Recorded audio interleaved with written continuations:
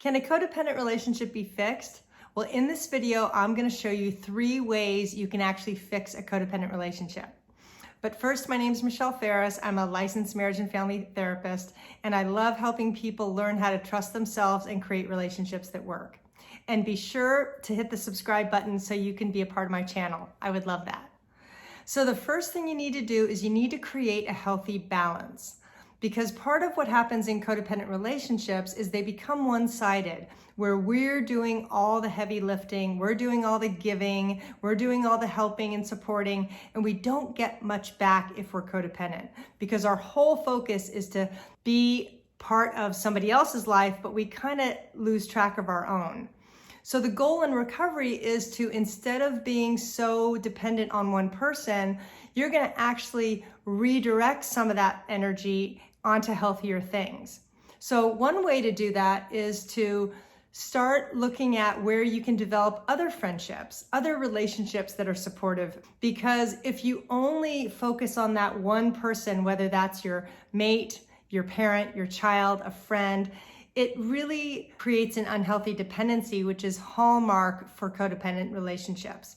So what I want you to do is see if you can decrease your dependency by seeing if you can create some new relationships, or look at the relationships you have and see if you can cultivate them on a deeper level, especially the ones that you know are healthier or really supportive and loving towards you. Those are the kind of relationships you want to put more energy into. Now, the second way to do this is you need to be able to cultivate a healthy connection to yourself. Because part of what happens when we're codependent is we rely too much on other people for love and validation, and we don't know how to give it to ourselves. So without this solid foundation of getting to know yourself and who you are and what you like, and start to develop some self-esteem, this unhealthy dependency is not going to change. Now, the second one is you need to start setting boundaries.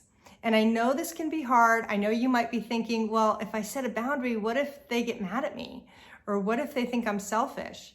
But you know what? When I started doing this and really started looking at setting boundaries, most people didn't care. They just said, sure, you can't do something? I understand. Because most of the people in your life really want you to take better care of yourself. They probably know that you tend to overgive, okay? So start small. Say the next time somebody asks for a volunteer to help out with something, be quiet. Don't automatically volunteer. See if somebody else steps up. Leave the room, go to the bathroom, do something different. Now, another one is if your friend asks you to do something, instead of in the moment saying yes because you feel like you have to, let them know, hey, can I let you know tomorrow? I got to think about it, or I have to check my calendar.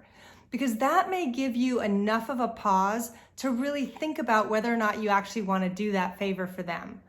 And it's okay to not want to do it. That's the other thing with setting boundaries is we have to look at those old beliefs that are keeping us stuck, like I'm going to be perceived as selfish, or it's not okay to ask for what I want, when really it is. You deserve to have what you want.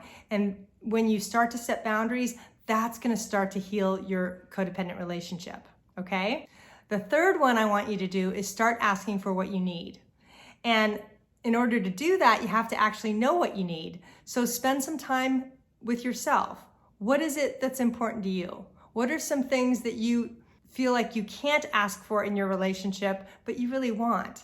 And start small. Whenever I suggest a new behavior, I always say start small and start with the people you feel safest with. So you could ask somebody for a favor. Or if you're gonna go to lunch together and you don't feel like driving, ask if they can drive. Because the more you ask for these little things, the more you're gonna realize that people are gonna say, sure, no problem.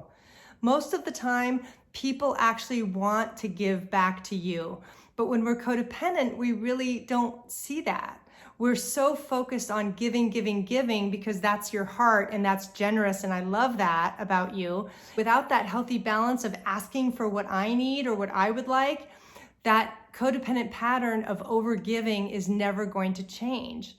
And that's what I want for you. I want you to be able to start asking for what you want, asserting your own opinion, because that's how you're going to start to heal codependent relationships.